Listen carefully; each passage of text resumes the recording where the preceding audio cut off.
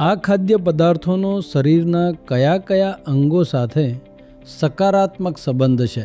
ચાલો જાણીએ. સૌપ્રથમ, અખરોટ મગજ જેવો દેખાય છે અને મગજ માટે ખૂબ જ લાભદાયી છે. તે યાદશક્તિ, ફોકસ અને એકાગ્રતા વધારવામાં મદદ કરે છે. ગાજર આંખોના સ્વાસ્થ્ય માટે ખૂબ જ મહત્વપૂર્ણ છે. તે દ્રષ્ટિ સુધારે છે અને આંખોને નુકસાનથી બચાવે છે.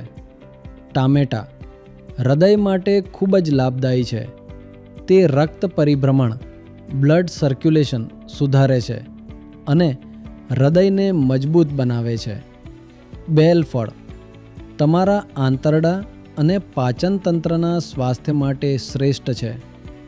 તે પેટને ઠંડુ રાખે છે, પાચન શક્તિ વધારે છે અને કબજિયાત ઘટાડે છે.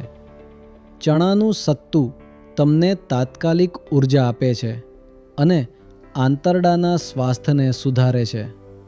તે ઉનાળામાં ડિહાઇડ્રેશન અને નબળાઈ ઘટાડવામાં મદદ કરે છે. જો સત્તુમાં મેથી અને કલોંજી ઉમેરવામાં આવે તો તે મેટાબોલિઝમને વેગ આપે છે અને તમારી રોગ પ્રતિકારક શક્તિને મજબૂત બનાવે છે. જો તમે તમારા શરીરને કુદરતી રીતે મજબૂત રાખવા માંગતા હો તો આ ખાદ્ય પદાર્થોને તમારા આહારમાં જરૂર સામેલ કરો.